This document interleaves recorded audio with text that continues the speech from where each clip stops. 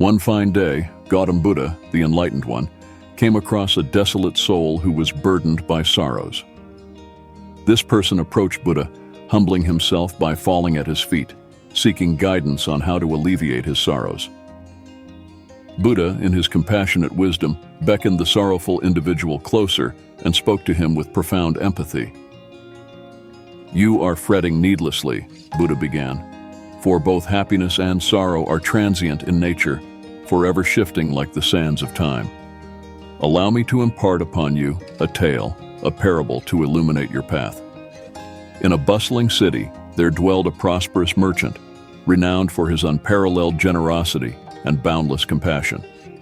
Each person who graced his doorstep was met with open arms, never departing empty-handed as the merchant wholeheartedly extended his benevolence.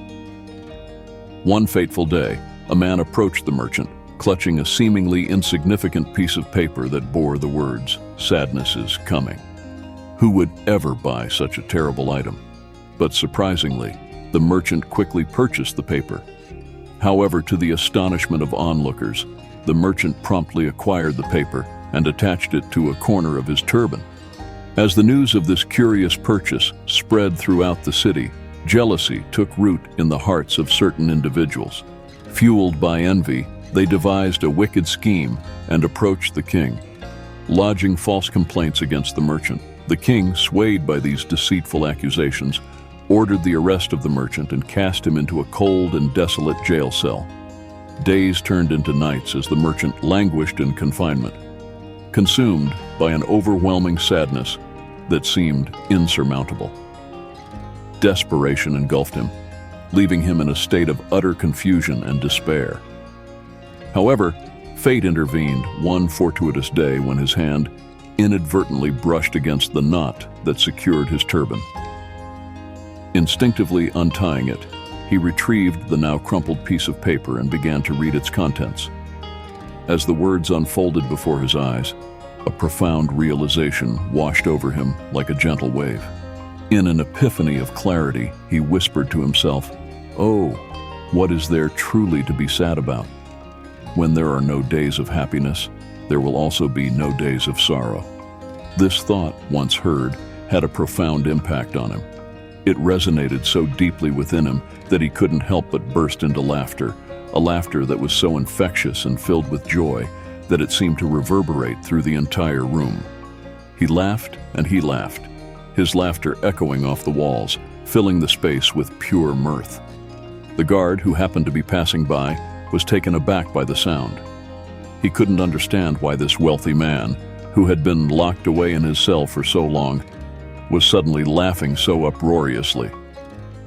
Concerned for his well-being, the guard quickly alerted the king. The king, curious and intrigued by the guard's report, decided to pay a visit to the wealthy man and find out for himself what was happening. Upon entering the cell, the king found the wealthy man still laughing uncontrollably. With a puzzled expression on his face, the king asked him what was so amusing.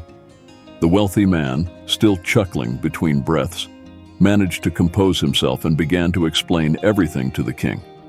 He spoke of the ebb and flow of life, how happiness and sorrow were intertwined like two sides of the same coin. His words were filled with wisdom and insight as he shared his newfound understanding with the king. The king listened intently, absorbing every word, and slowly but surely, he began to grasp the profound truth behind the wealthy man's laughter. He realized that happiness and sorrow were not permanent states, but rather fleeting moments that came and went. With this newfound clarity, the king made a decision. He ordered for the wealthy man to be released from jail and sent back home. The wealthy man, now free from the confines of his cell, embraced his newfound perspective on life. He understood that even in the darkest of times, there was always a glimmer of hope, a possibility for happiness to shine through. And so, he started living each day with a renewed sense of joy and gratitude. The burden on his mind lifted, replaced with a lightness that allowed him to appreciate each moment as it came. As for the person who had heard this story from the mouth of Buddha, their heart felt lighter too. They felt a sense of relief wash over them as they realized that even in their darkest moments, there was always a flicker of light waiting to guide them home. With a grateful heart, they thanked Gautam Buddha for his wisdom and blessings and began their journey back home. Thank you.